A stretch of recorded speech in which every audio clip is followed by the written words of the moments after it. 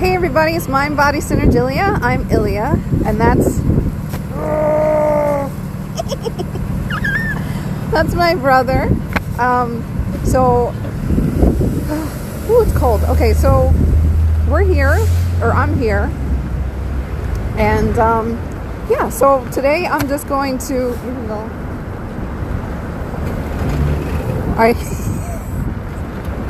he's not leaving.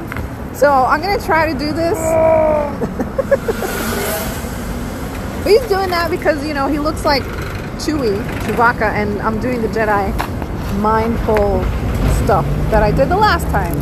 So this is the Jedi mind that I did a video on a couple of weeks ago.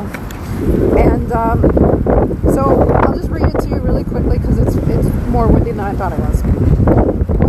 When Jedi connect to the Force, they tap into an energy field created by all living things, which binds the galaxy together. And if, as Mace Windu says, a moment in this connection can be an eternity, imagine the vast amount of information available to them by being aware of it. But to do so, they must quiet their minds and be ready to listen. Bringing conscious attention to the state of your body can be a crucial step for wellness and peace of mind.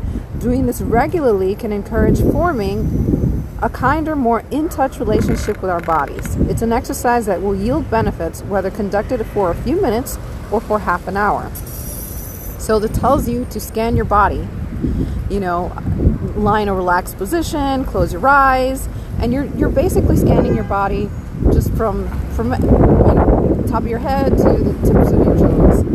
And it's not also about, it's about scanning your body, but it's also about listening to your body. Well, it says listen to your body, that's what it says.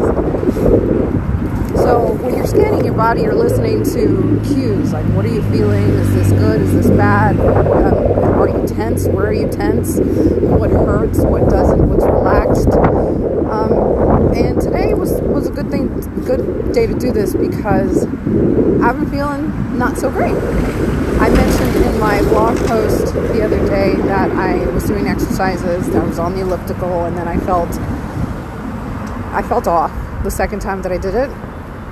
And last night, my plantar fascia popped. And this is the same kind of pop that happened, as I mentioned in the post, in 2023, which rendered me unable to walk. I was using a walker and a cane, and it took weeks for me to get back to where I was able to walk or do anything. So, that wasn't easy. And so what am I doing now? I'm dealing with it a lot better than I did. I mean, yesterday I was super bummed. I just laid down at night. I said, forget it. I'm not going to bother watching TV or spending time with anyone because I wasn't in the mood. I've been really grateful to be able to go outside, going on my mile walks, and I can't do that right now. So I said, what's the next best thing? So the next best thing was to come literally like a stone's throw from my apartment. And that's it.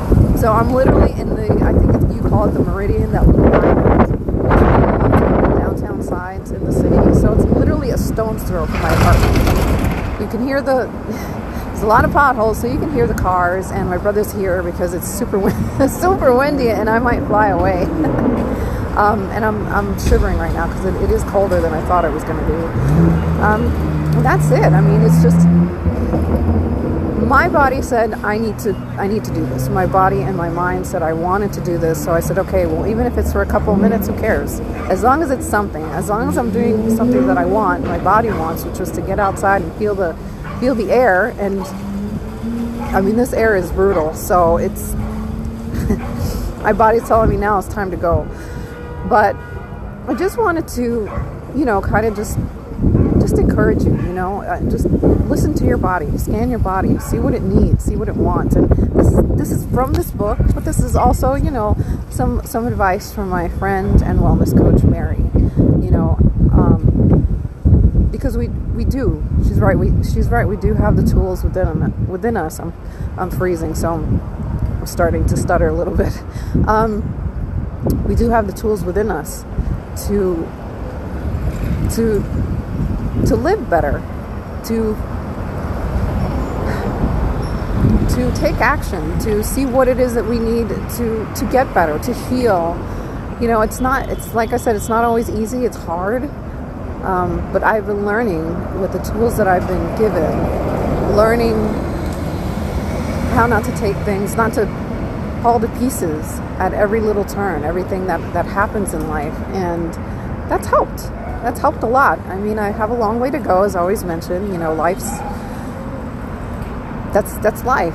You're never going to learn everything all at once. It takes time to learn everything, to do everything, to get good at things. And being able to listen to your body is a big one, because sometimes we don't. You figure, let me run that extra mile, let me walk that extra block, even if you're feeling a little bit off, and then something happens, you're like, I shouldn't have done that. Shouldn't have done that extra set of weights. I shouldn't have done that extra 2 miles, whatever. And then you pay for it later. So my body is telling me, okay, you need to slow down. You're excited about going outside, but you know what? Maybe it's just as well. Rest a little bit and don't feel guilty about it.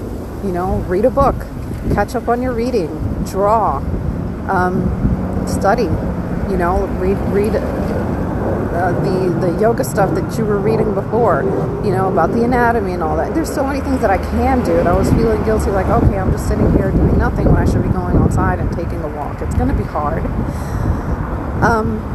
Because I can't do the exercises, but walking is the best exercise for me right now, but that's okay. I'm going to flip the switch and listen to my body, and okay, is my body able to do DDPY in bed?